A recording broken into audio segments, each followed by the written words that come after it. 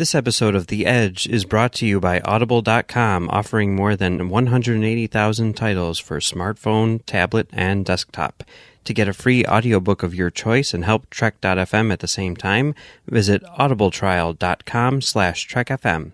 And also by Enterprise in Space, an international program of the nonprofit National Space Society. Find out how you can help science and education and become a virtual crew member aboard the NSS Enterprise Orbiter by visiting enterpriseinspace.org. And if you want to join the conversation and share your thoughts on this episode, join the Babel Conference, our listeners group on Facebook. Just type BABEL into the Facebook search field. We look forward to seeing you there. You're listening to Trek FM. What have you done out there on the edge of Federation space?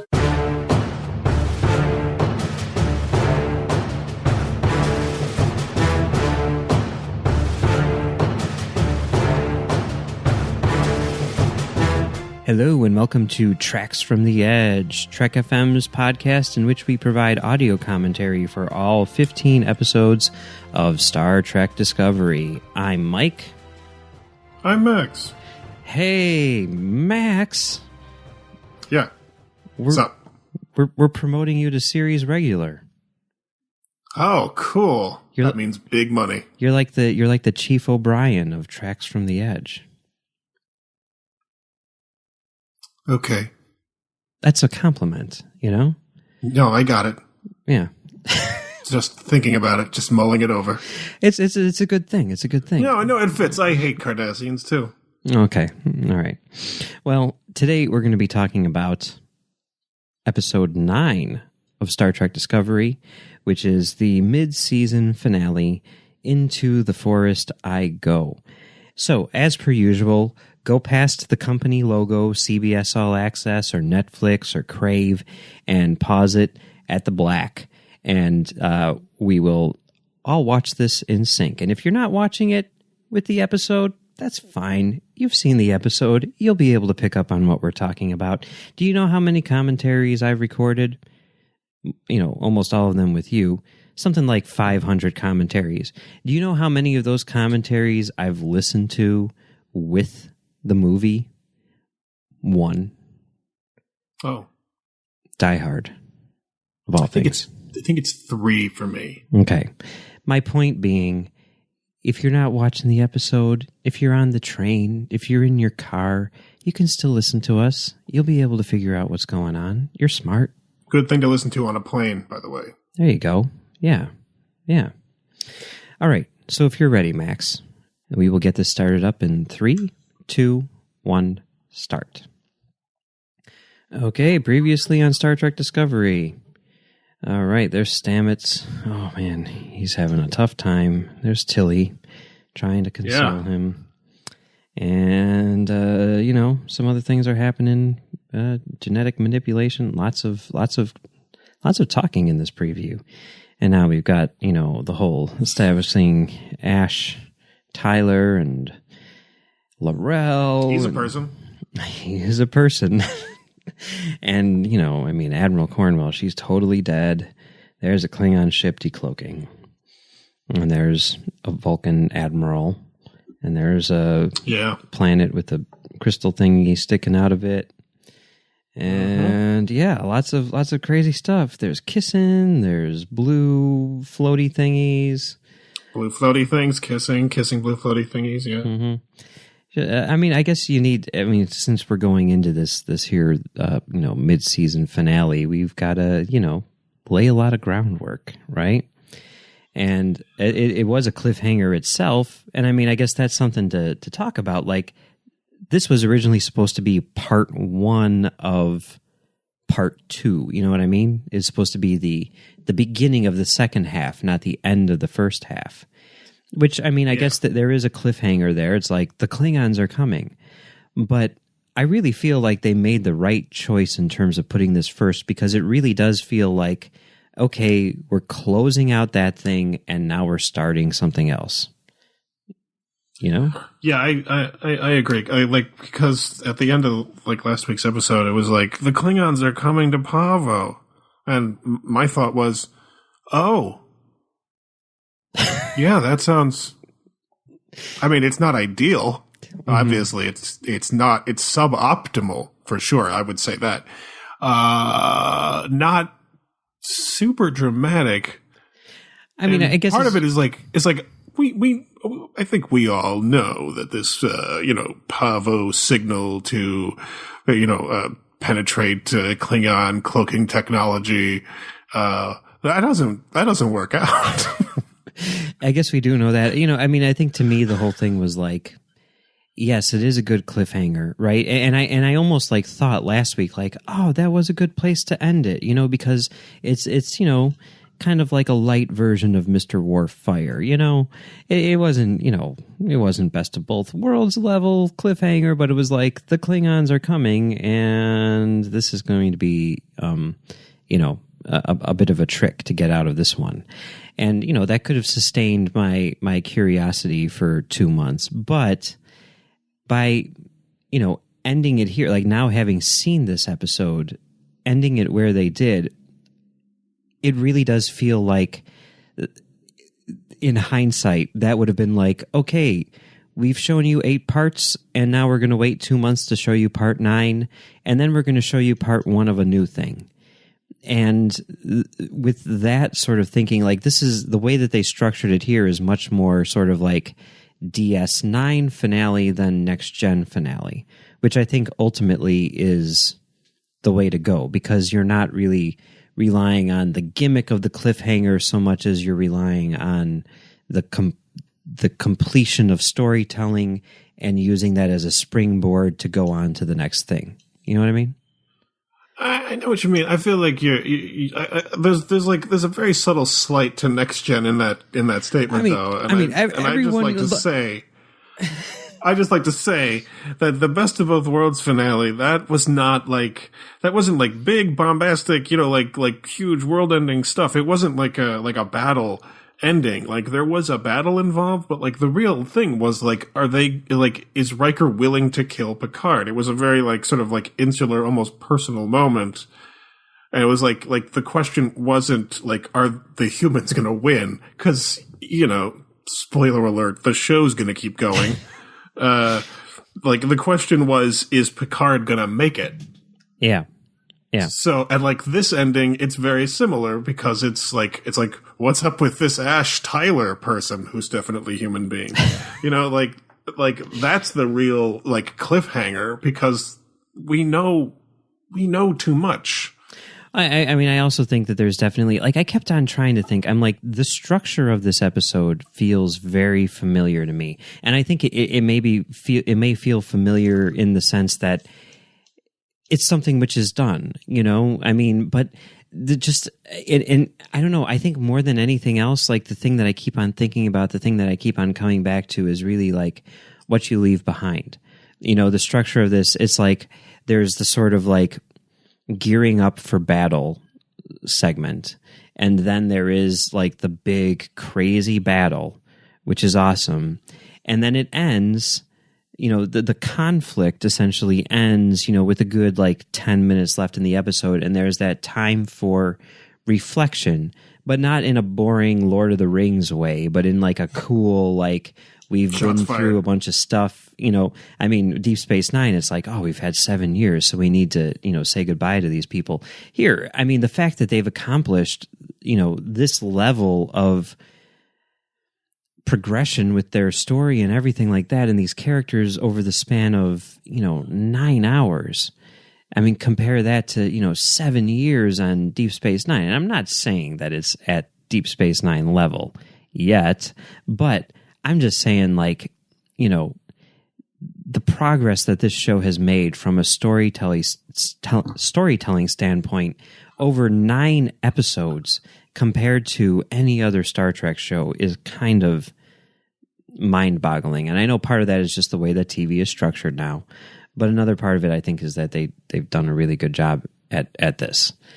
And I mean, I'm just going to say this right now. I mean, I was completely blown away by this episode. I think that it's the best. Not counting the movies, not counting 09 and Into Darkness. I think that this is the best episode of Star Trek since What You Leave Behind. I was really kind of blown away by it. And part of it is, the writing and the fact that it is like this climax of, 9 hours worth of television. But another huge part of it is how well crafted it is from a visual standpoint. I think that the direction in this episode may be the best direction ever in the history of Star Trek television. So there you go. Whatever that means. Where should people send their letters? and by people, I mean me. You know what? I mean, hey, you know what? That's all I'm going to say is hey. And the fact that this is, I mean, we talk about this on Friday's Stage 9, but this is a first-time director. Like this guy, his prior work as a director was second unit on, I think, like a good chunk, like most of Hannibal, and then American Gods, and now next year and 12 Monkeys, and then he's going to direct another episode of 12 Monkeys, and then he's going to be like the director in residence for American Gods next season. But this is like the first time that, directed by Chris Byrne has appeared on screen, and it's so good. Anyway, whatever. So here we have, Lorca trying to talk Stamets into doing some spore jumping. And I think that this is really cool because, I mean, we've talked about this a lot, but like when we are first introduced to Stamets, like more than any other character, he was the guy who I was like, I do not like him. I mean, Lorca obviously seemed kind of, sinister, but at the same time, I thought like he's a cool character.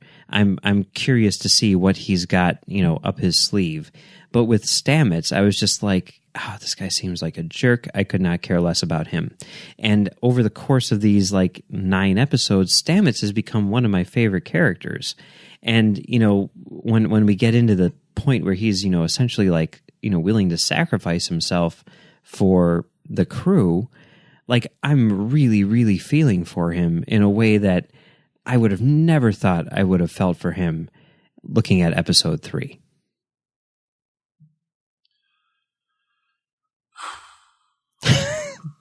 Okay, so I'm guessing, based on your audible reactions, nonverbal reactions. I wasn't trying to be audible. I'm just mulling it over because I just,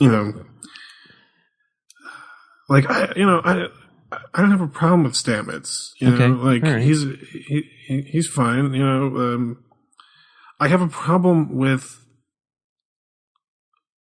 seeing things coming. Okay. I have a problem with like knowing like what's going to happen at the end of the episode. I have a problem with knowing that what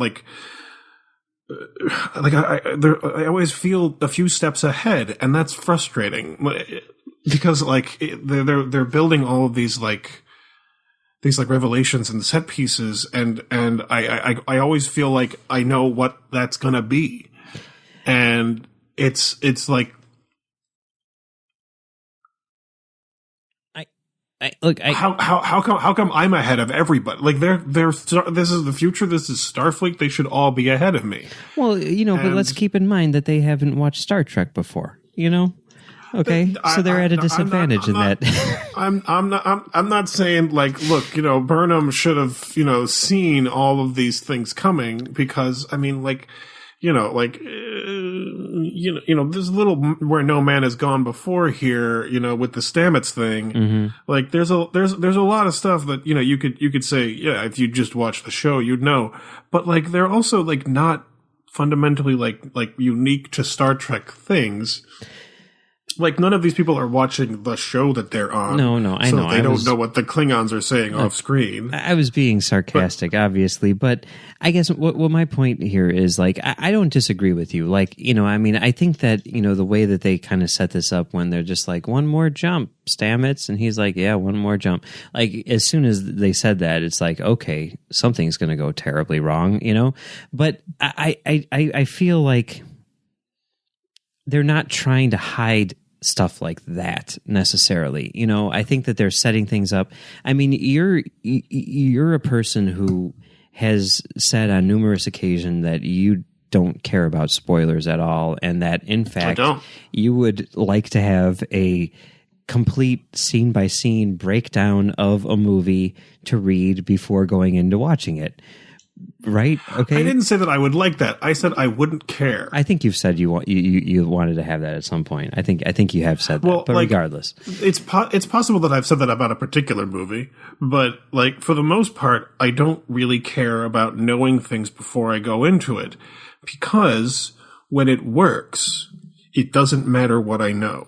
And I guess that's kind of how I feel about this. Like, there are many instances where I know, like I said, the structure of this episode feels very familiar, but it feels very familiar in the sense that it feels like something I love. It feels like something which I've seen before and has worked tremendously well. I mean, I'm getting a lot of like BSG vibes off of it. I'm getting a lot of, Deep Space Nine vibes off of it. I mean, other things too, like Matrix Revolutions. You know, I definitely get that feeling, the good parts. And, I mean, I don't know. I'm okay with that. Because it's a structure which works. It's one where I'm just like, yes, kind of like, I don't know. I always think about this, like the end of Blade 2.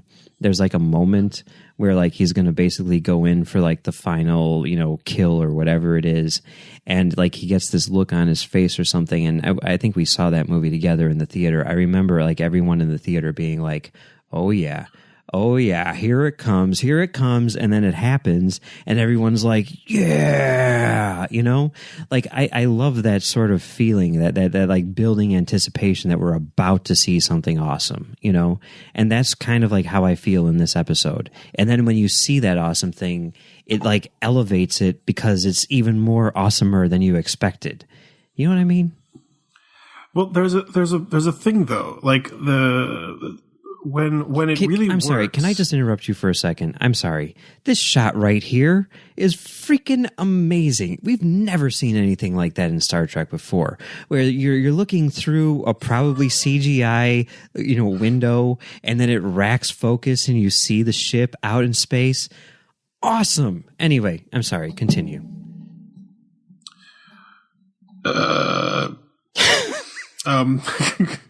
I was saying that the anticipation, the knowing what's going to happen in the next moment, the idea that like there are moments where like you see the eventuality because of what's happening.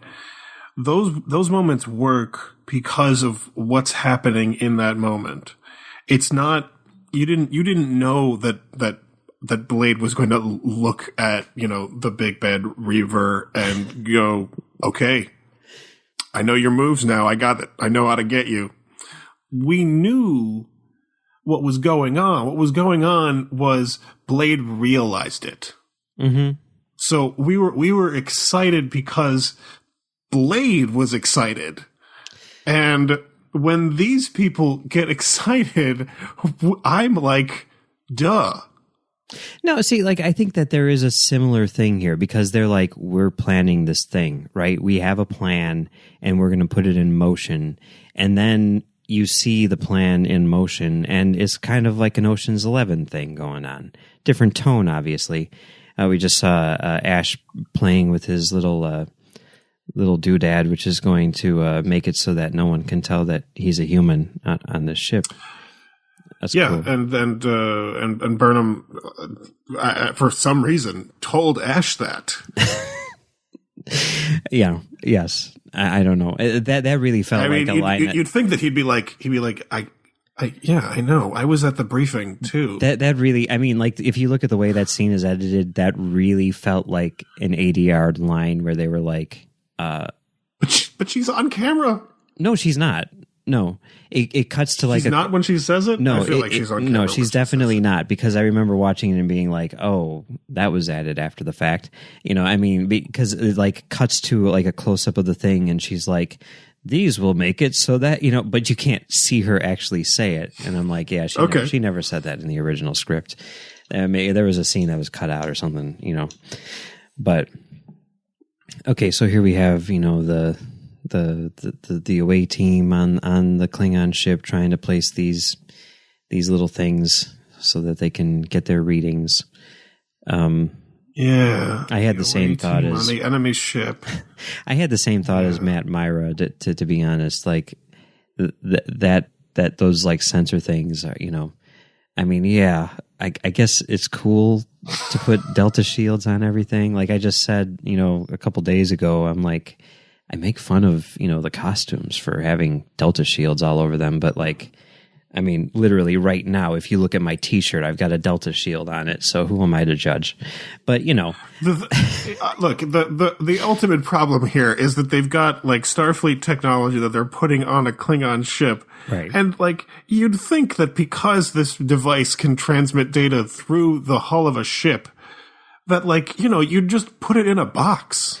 Yeah, that's true. That's true. I mean. Yeah, I mean... Just put it in a box. Like, maybe you don't have time to go back to the design team and be like, can you make this look more Klingon? Yeah. Like, no, you just go like, look, it looks like a Federation thing, so like, let's put it in a box. I think the bigger question... Do we have question, a box? I think the bigger question from a production standpoint is why do they feel the need to stick a big Delta shield on it, you know, for this scene where it was obviously going to be used for clandestine purposes. Let's assume that I did the rationalization in my head, just so you know, like I anticipated the thought process that would break this whole thing down, and I thought like they have a rapid prototype building operation that can take various technologies and assemble it into a prototype very quickly, and they have certain sort of chassis that they reuse for a lot of their devices, and those chassis are built according to certain specifications, and some of them have they all seem to have like a unified design aesthetic, and you know they tend to look like they came out of like a Starfleet design course. Maybe where it's you get extra credit for incorporating iconography. Okay, that works. That works.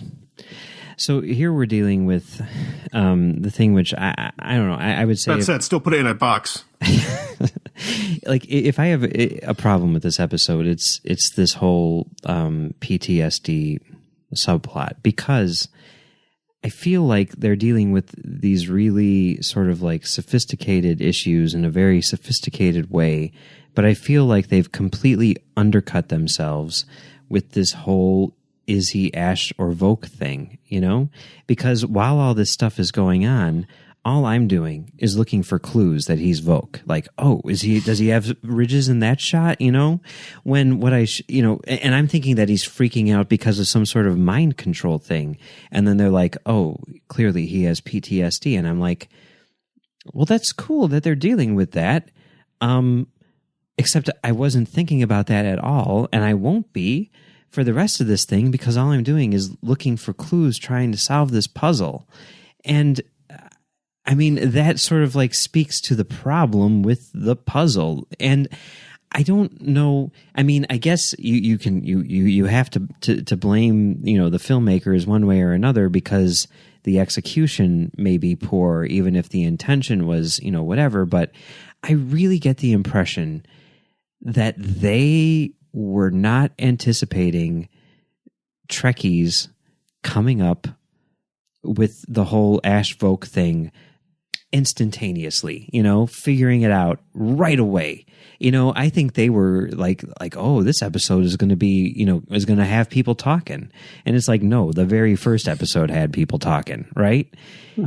And even if it's not, like if I you know, there's part of me is still, there is still doubt, because we don't know for 100% certain that Ash is Voke, right? And even if like the filmmakers are like, oh, you know, well he's not, see, so you guys are all wrong, and you know, all of these criticisms that you have, like you're looking for clues, like we never gave you any indication that you should be. Well, then there are problems otherwise, because like the timeline doesn't line up and all that stuff. And yeah, so one way or another, it's an issue. But whatever. Yeah, and it's frustrating, because like I was watching it and I was like this is a bad time for this is a bad time for a character to say that he underwent what is definitely a sexual assault.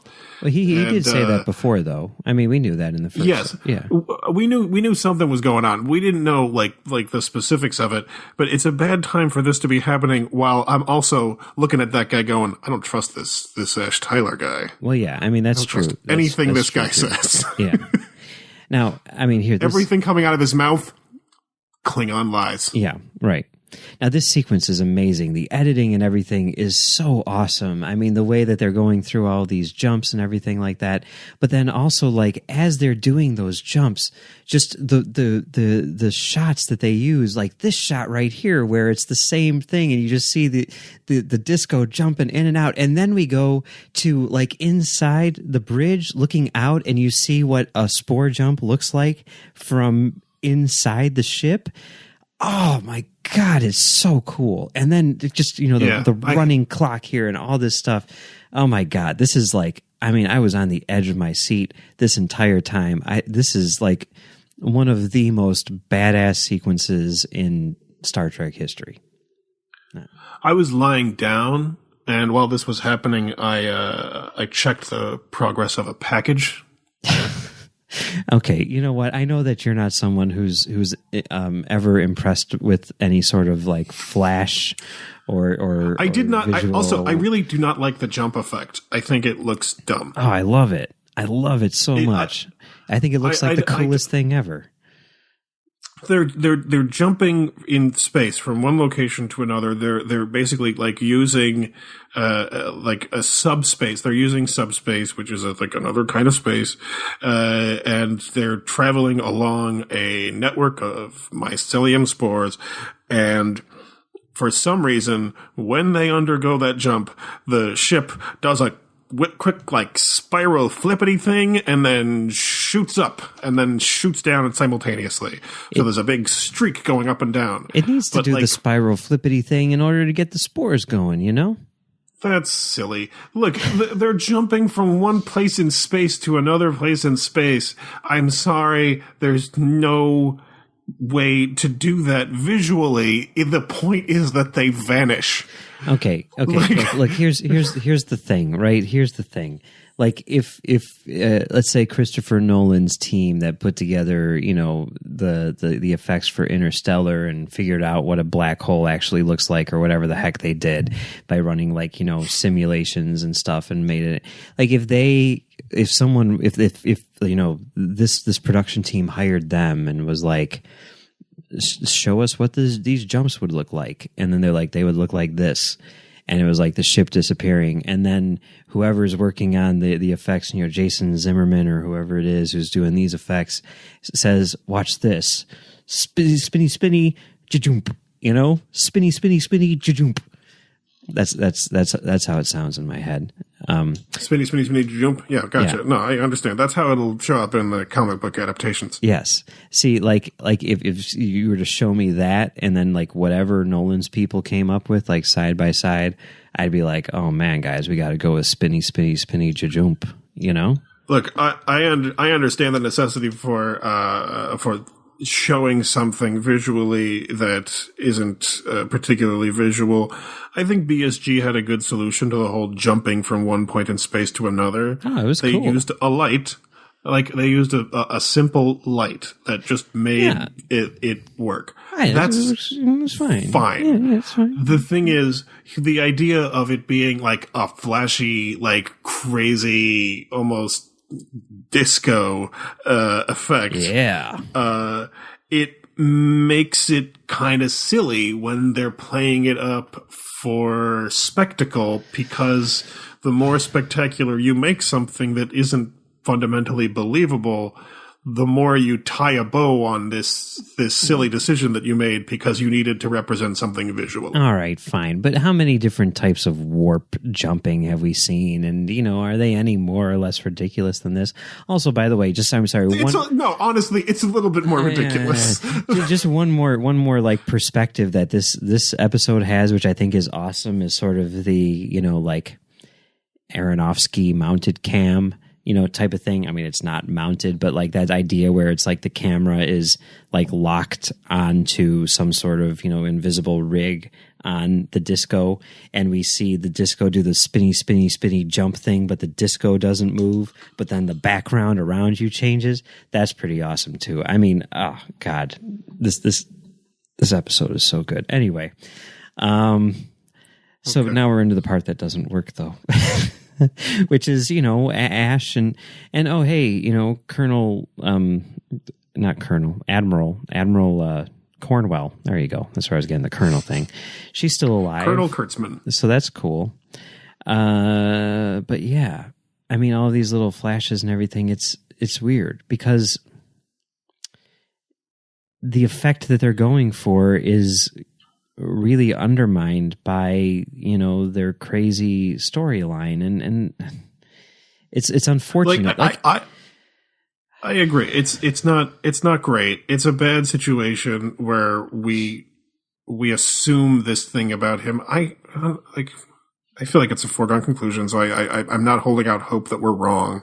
I mean, anymore. even in this episode, he says like 227 days, and I made a choice on day 1, which ensured my survival. And it's like, okay, well, we know that Laurel wasn't there for 227 days because we saw what she was doing on day 1, which was nothing anywhere near that ship. So, I mean, yeah, there's definitely some gaps in the story, which, I'm assuming are going to be filled in. But if they're filled in, then, all of our, theories are correct. He also doesn't talk about, being on a table and having all kinds of weird, what looks like medical stuff done to him that was very painful. Yeah. He does say torture. He says he was tortured, so, He says he was tortured, but they weren't asking him any questions. I don't think that's a prerequisite necessarily. Oh, I understand. I mean, they didn't ask Han Solo any questions, but that was because they knew Luke could That's true. sense that he was being tortured. I guess so. That was the whole point. Nobody's sensing that he's being tortured. It's kind of a thing. It's an issue. I don't think he was necessarily being, tortured. They were doing something because I don't trust Ash Tyler. No, I mean, I absolutely 100% think that you're right about that, but that's the thing. It's another problem because they're establishing this thing that's very sensitive, and it's a bad time to make the victim somebody who is inevitably going to be a bad guy. It's not even that they're inevitably a bad guy, because I think to him it's not. It's the problem that I have with it, and I think that this is sort of like something which they didn't anticipate, right? I think they developed the storyline of Voke and Tyler, and they developed the storyline of PTSD, and they were like, these are two things which work on their own. And what they didn't anticipate was that there was going to be so much speculation about the one that people wouldn't be paying attention to the other, really. And so what you're doing, and the problem that I have with it the whole time is like, you're talking about, this guy who's, suffering from PTSD and everything, which he clearly is, whether or not he's Voke, he's suffering from PTSD, right? But it's almost because whether or not he's a Klingon, that must have been awful, and he doesn't know it, and he doesn't know that he's a Klingon. I mean, I think that's pretty clear, right? He has been boomered. Okay, so he has boomeritis. Right. When he asks her later on, what did you do to me? And she says, soon. And the audience goes, duh. Right. Yeah. But, the thing about it is it's like, this is some really, really, really heavy stuff that they're dealing with, right? And nobody's paying attention to it because all people are trying to do is figure out the puzzle. That's the problem that I see with it. It's like, establish this somewhere else, establish it, outside of that thing. And it's like each of those things individually, perfectly fine, but I think they just didn't anticipate how much people would be sort of like onto them, and to the point of not paying attention to what, because under normal circumstances, your first thought when you see those flashbacks are, oh, these are flashbacks to him being tortured. Not, is this where he was, And this moment right here where he puts in the eye drop, says fire, and then blows up the ship, right? Okay, I mean, this is very Star Trek 6-y, of course, right? But then, we cut back to the ship, and Lorca turns around as it's blowing up and does like the Jerry Bruckheimer, like walking away from the explosion as it's going on behind him and not even looking back. I mean, oh my God. It's so great. So great. It's like something right out of, a 90s action movie. I love it so much. Such a badass moment. Yep. Yeah, I feel the same way. It's very much like a badass moment. It is a badass moment. It's superficially indistinguishable from a badass moment. No, I totally disagree with you, man. Whatever. And then here we are. I mean, we're only, 32 minutes in. We've still got 14 minutes left in this thing. And essentially, like, the conflict has been resolved. The main conflict, the thing that this has been building up to. And I kind of love the fact that we have like 14 minutes to sort of get our bearings before we leave for 2 months. This wouldn't have the same necessity or impact if we were coming back next week. You know what I mean? Anyway. I feel. Yeah, I and part of it is that they are setting up other stuff. I mean, we can talk about like what's going on here. I think there's some really crazy stuff going on with Lorca in this. But this is the thing. Like we already know that this particular fight with this particular Klingon ship and those particular Klingons is not the conflict. That's not the thing. Like that's a distraction from the thing. We know what the larger story is.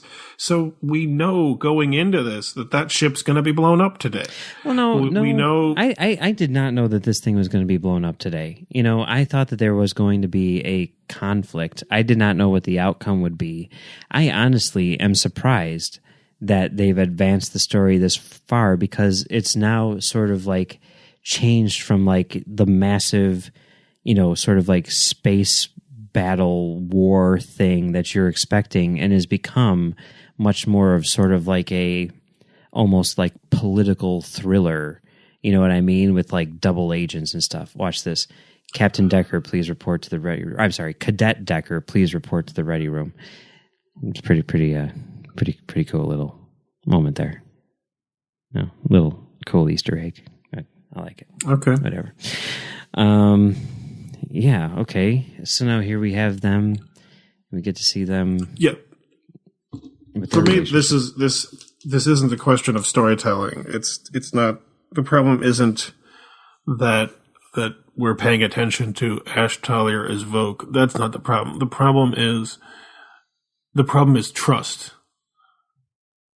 I mean, it is like one of those things where it's certainly lurking beneath the surface, and it's, I think, more than anything, the reason why I hope that all of this stuff is not true, because I've come to really like Tyler, and I've come to really like this relationship between Tyler and Burnham, and it feels kind of sad to know, or at least assume, that all of that's going to be taken away from us, when the big reveal happens, Yeah, this is another Star Trek romance that I don't really buy, because it kind of came out of nowhere, and I don't really see how we're supposed to just accept that they have such strong feelings for each other.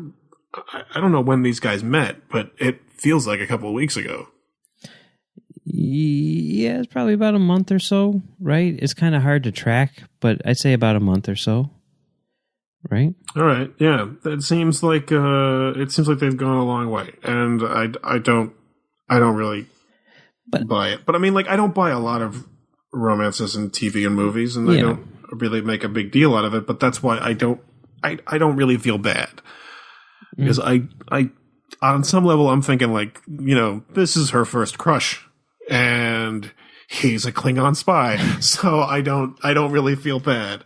Your first crush always turns out to be bad for you. So I guess that's one way of looking at it. You know, I mean, I don't know. I mean, certainly, and this is a conversation which we've had many times, you know, but like the idea of movie romances almost being arbitrary, like there's no way to sort of like accurately convey what it is that makes people fall in love, especially, you know, unless you're Richard Linklater. And, you know, because of that, you just kind of have to take a leap of faith and say like, okay, fine, they're in love, you know? Yeah, I accept it. I don't really have a problem with it. I just like I don't really buy it. Like on a real level, it doesn't seem legitimate. It seems like, you know, like they're attractive people and they're on a ship together and they get along. Like, why wouldn't they hook up? You know, it seems reasonable. Like, they're both single. It seems fine. Mm-hmm. But like, I don't really feel like there's any like real emotional like tragedy involved in him going, oh, here's the thing, Ash Tyler was a made-up character. He was just a routine running in my biological circuitry of my brain. And, yeah, he's gone now. I deleted him. So I'm back. I'm Vogue. But I still speak English for convenience. And you never know. I mean, hey. That's where I feel like it's not really working for me. But like, yeah, I suppose that there shouldn't be a point in time when we need to be more sensitive about stories involving sexual assault. Yeah, but, I mean, yeah. I mean, it's a like, never-present shouldn't we thing. always have been really sensitive about right? it? But the fact of the matter is, it's like in the public, you know, consciousness right now. You know, it happens is what, way too much on Next Gen. Oh yeah, I know. But on Next Gen, it was almost used as like a plot device, whereas here, you know, for one thing, I don't think they're doing that. I think they are trying to tackle these issues in a you know, sophisticated manner. But also, I agree. I mean, the fact of the matter is, it's a shame they did it with that guy. What was that?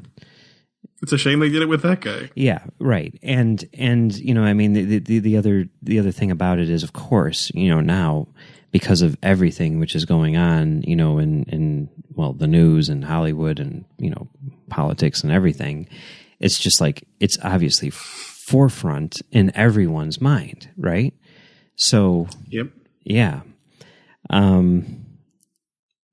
But anyway, some of it very, very close, yeah, to what we're dealing with. So, yeah, so it's you know, it's I mean, they do a lot of stuff which I think is really cool with it. I mean, the idea of sort of like reversing the stereotypical gender roles, I think that's, you know, like really, really interesting. And the idea of sort of like, you know, talking about how he made a choice to essentially be a participant in this stuff, in his own, you know, like abuse in order to survive. And, you know, I think that goes a long way to, you know, sort of like open up a dialogue about, you know, victim blaming and stuff like that, and sort of like, you know, doing what Star Trek does, which is, you know, placing stuff in like a science fiction context in order to sort of like see the real world from a different angle and maybe understand what's going on in the real world a little bit better. Yeah. You know?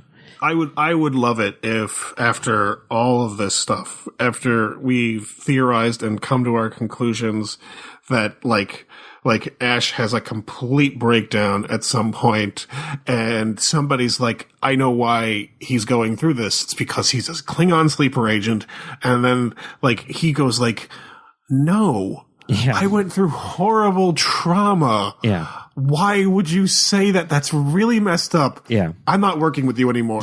Just drop me off. I'm out of Star. This is messed up. That's not cool. That'd be cool. That would be that's the ideal twist. And you know the ideal twist is a twist on the audience itself. And maybe they'll do that. You know, I mean, it's quite possible. Like even if it's something which they deal with in season 2 or whatever, they've just started work on season 2 this week apparently. So, it'd be interesting. Who's they? How many are in that thing? I don't know. I mean, the writer's room, you know, whoever they are, you know, and who knows. Okay. Speaking of which, it was kind of sad, you know. I mean, I know everyone has to move on at some point, but, you know, Jesse Alexander and Aaron Eli Colite, who wrote I think 2 of the best episodes of this show so far. They're no longer listed in the credits, I think, beginning with this episode. So it's kind of sad to see them go, but I'm glad that they were around, at least for the beginning, so that we could, get to see what their version of Star Trek is like. Anyway. And then, yes, of course, there's, this foreshadowing here where he says, do not worry, I will never let them hurt you soon, or whatever. So. Yep. Yeah. I'm sure it's fine. Yeah. Yeah.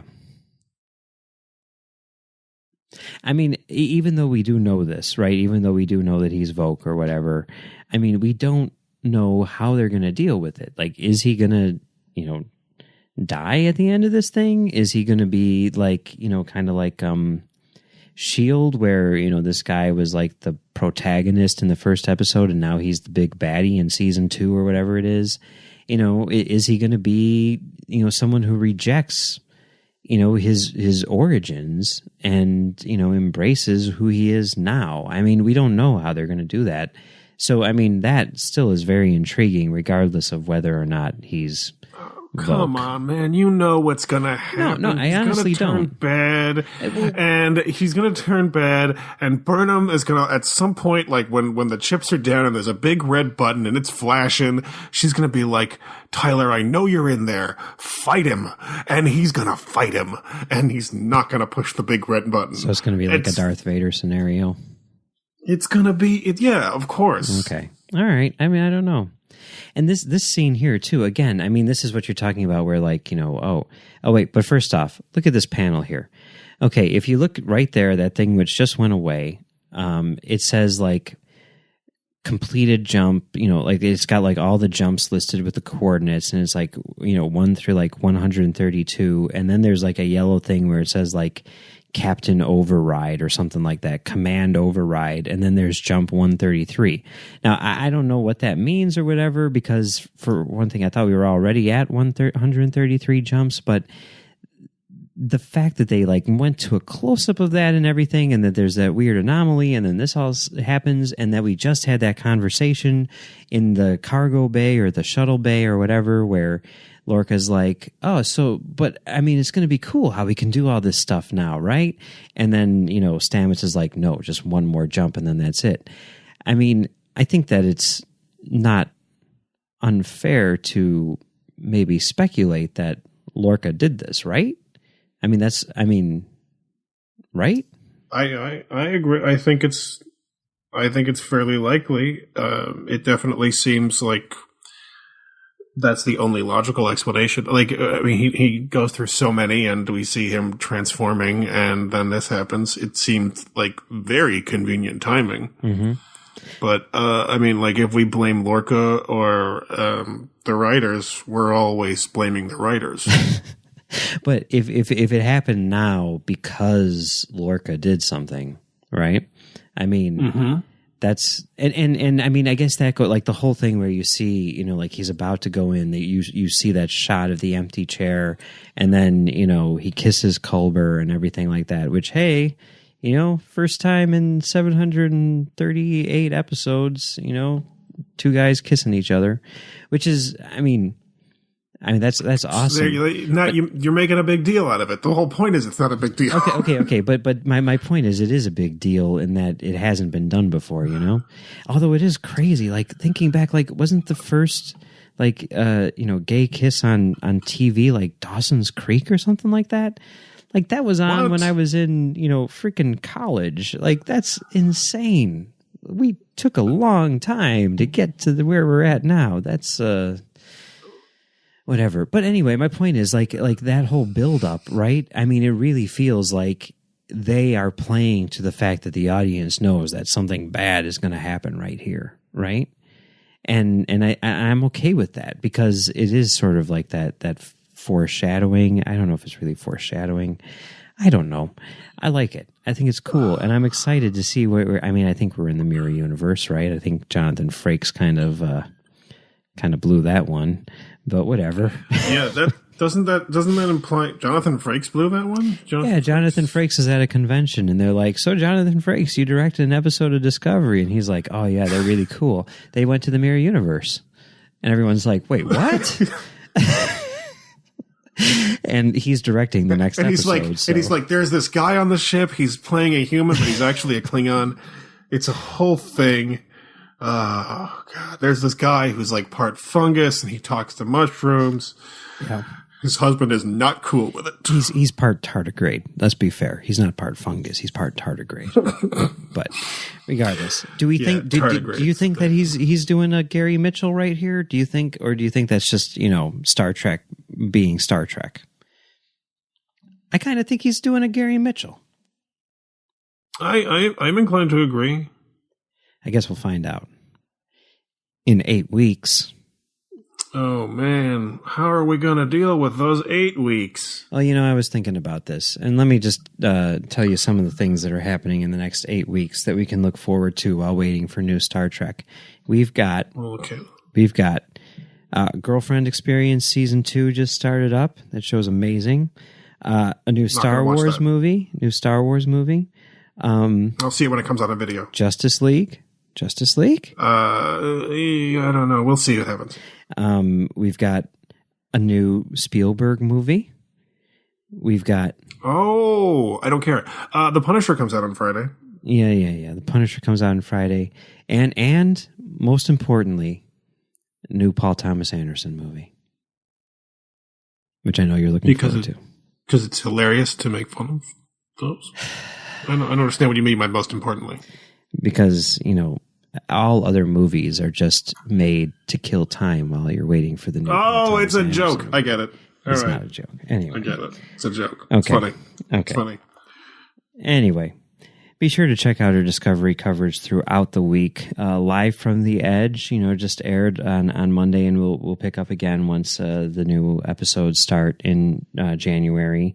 That show is hosted by Bruce and Brandy and is released as a podcast on Tuesday morning, so be sure to check all those out. Then, Wednesdays, when there are new episodes of Discovery, is Tracks from the Edge, which is, the show that you're listening to right now. Tomorrow, Thursday, you can listen to Postcards from the Edge with Amy Nelson, where she collects all of your feedback. And, we get to hear some listener reaction to episodes. And let me tell you, like an hour after this episode aired, she messages us and she's like, "We've already got 123 messages on Facebook." And I went back and looked like 2 hours later and there were like 400 messages. So I'm very curious to see how she cuts that down to, 45 minutes tomorrow. And then, of course, you can catch our full analysis of Discovery on the Edge main show on Fridays. And, that will continue throughout the hiatus. So you will not be edgeless in the break. And then, of course, to wrap up the week, check out on Saturday Notes from the Edge, in which our very own Chris Jones puts together Discovery and the rest of the franchise, finding various links and sort of doing a deep dive into some cool stuff. We'd love to hear your thoughts on Discovery, and the best place to do that is in the Babel Conference, which is our listeners group on Facebook, and that's also where Amy Nelson collects your feedback for Postcards from the Edge. You can also find us on Twitter at TrekFM, or you can send us an email using the contact form on our website at trek.fm/contact. Just choose to send to a show and choose the Edge. So, Max, people, if they want to check us out, they can head on over to Commentary Track Stars, where we do a lot of audio commentaries for things which are not Star Trek. We just did a commentary for Batman vs. Superman, Dawn of Justice Ultimate Cut. So if you want another 3 hours and 2 minutes of us talking about geeky stuff, head on over there. Be warned that we do swear a lot, but, it's okay. You can also find me right here on Trek FM doing Stage 9, which is our show where we look at the people who make Star Trek. We'd also like to thank our associate producers, Norman C. Lau, Tony Robinson, Thomas Puleo, Lisa Slack, Shoaib Mirza, and Richard Rutledge. Thank you very much, guys, for all your support. If you'd like to help us keep all of our shows going and even become an associate producer yourself, visit patreon.com/TrekFM for all the details. All right, Max, Are you? I mean, are you going to be okay during these 2 months without any new Star Trek? Nope. All right. Well, thank you very much, Max, for joining me for this episode. And we will catch you all on the flip side. Happy New Year, and see you in 2018.